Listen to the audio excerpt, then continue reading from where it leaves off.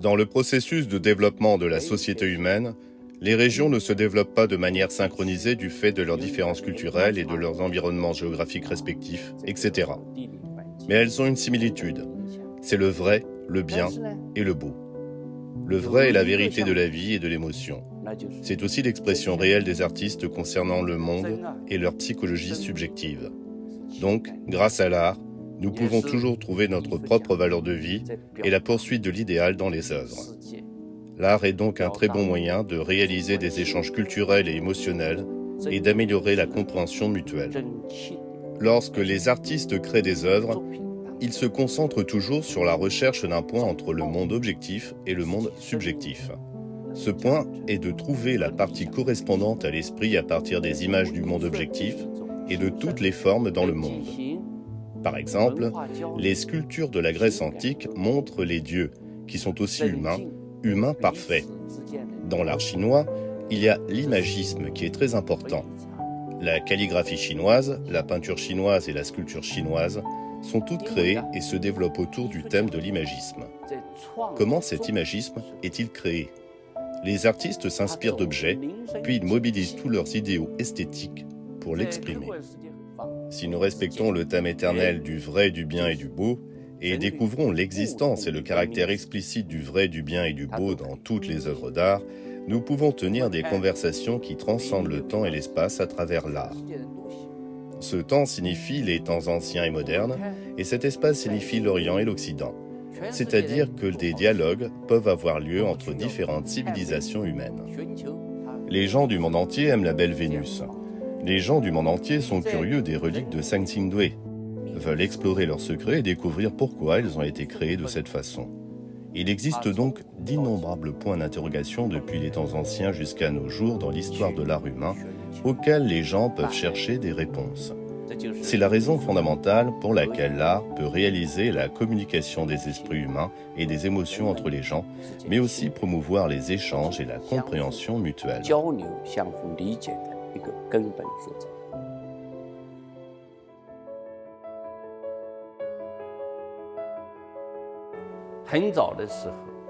Il y a plusieurs années, environ 35 ou 36 ans auparavant, je suis allé à Paris pour la première fois.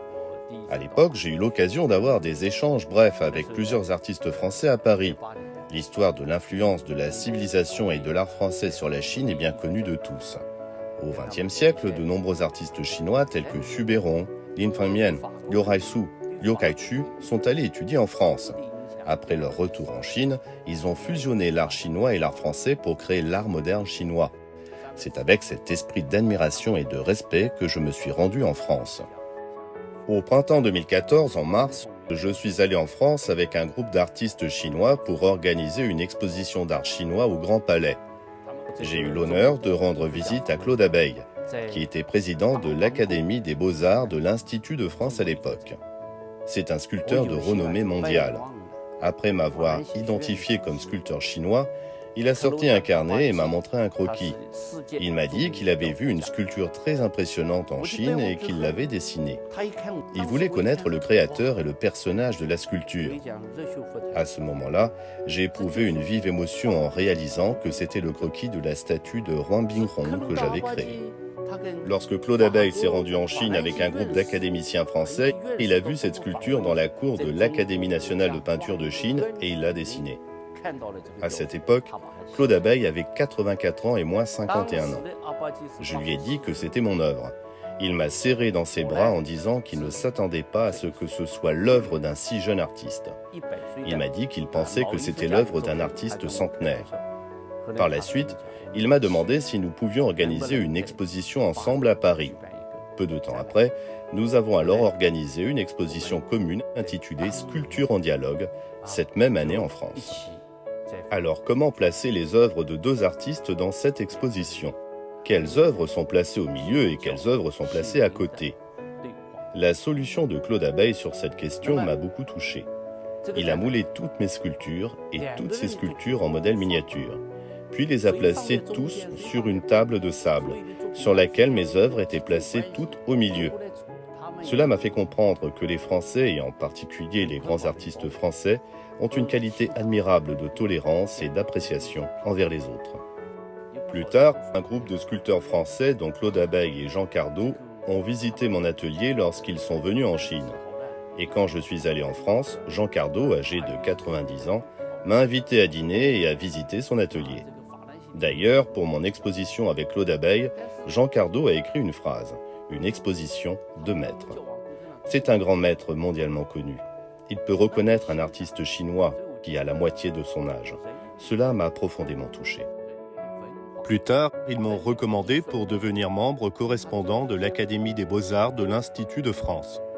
Je pense que c'est leur façon de m'intégrer en tant que frère chinois dans leur famille, de me faire entrer dans leur famille artistique, ce qui témoigne d'un respect et d'une amitié envers l'art chinois. Je suis allé plusieurs fois en France pour des échanges avec eux. Je les ai également invités à faire des expositions en Chine.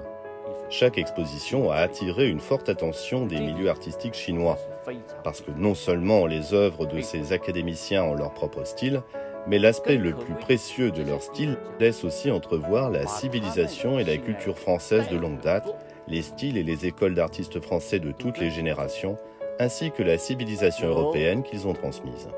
C'est pourquoi je les admire énormément. Ce qui est encore plus précieux, c'est que ces artistes ont fait don de leurs chefs-d'œuvre bien-aimés au Musée national des beaux-arts de Chine. Plus de 130 œuvres restent en permanence en Chine. Selon eux, ils éprouvent un profond attachement et une admiration pour la civilisation, la culture et l'histoire chinoise. C'est également un honneur pour eux que leurs œuvres puissent rester en Chine et être collectionnées en permanence par le Musée national des beaux-arts de Chine.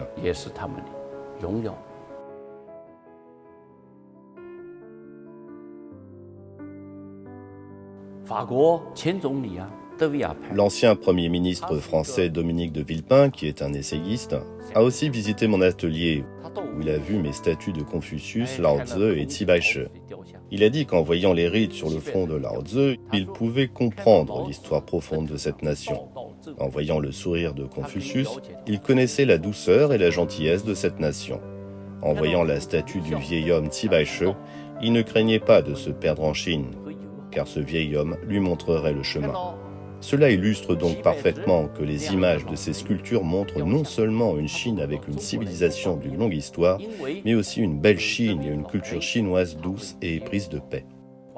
Mes œuvres ont participé à plusieurs expositions en France et ont remporté leur plus haute récompense. Lorsqu'un artiste remporte un prix, cela semble être une affaire personnelle. En fait, cela témoigne de la force et du développement d'un pays qui est respecté dans le monde. La victoire de la civilisation et la culture chinoise est comme l'océan.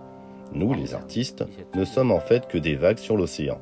Mes œuvres ont remporté des prix en France et ont reçu le plus grand respect dans des pays comme l'Italie, l'Allemagne et le Royaume-Uni. Elles ont été placées dans des musées, des places et d'autres lieux importants de ces pays. Cela montre que le monde prête attention à la Chine et l'art chinois est hautement reconnu et apprécié. Tant que l'art moderne chinois est plein de l'esprit du peuple chinois et de sa belle aspiration à la paix mondiale, il attirera certainement l'attention du monde entier.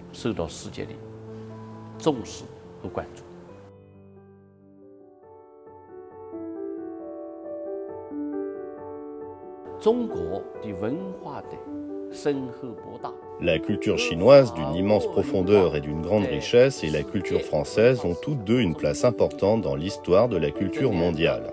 Ces deux pays culturels et artistiques présentent de nombreuses similitudes, très distinctes notamment dans le domaine de l'art. Le président chinois Xi Jinping a prononcé un discours au siège de l'UNESCO en France dans lequel il a déclaré « La peinture traditionnelle chinoise s'est intégrée à la peinture à l'huile occidentale et a donné naissance à la peinture à l'huile chinoise imagiste.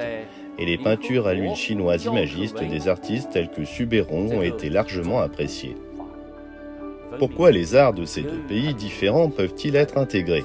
Cela montre qu'il existe des éléments communs. Ils peuvent s'intégrer et se combiner. C'est la valeur des échanges entre les civilisations chinoises et françaises, et c'est aussi une nécessité.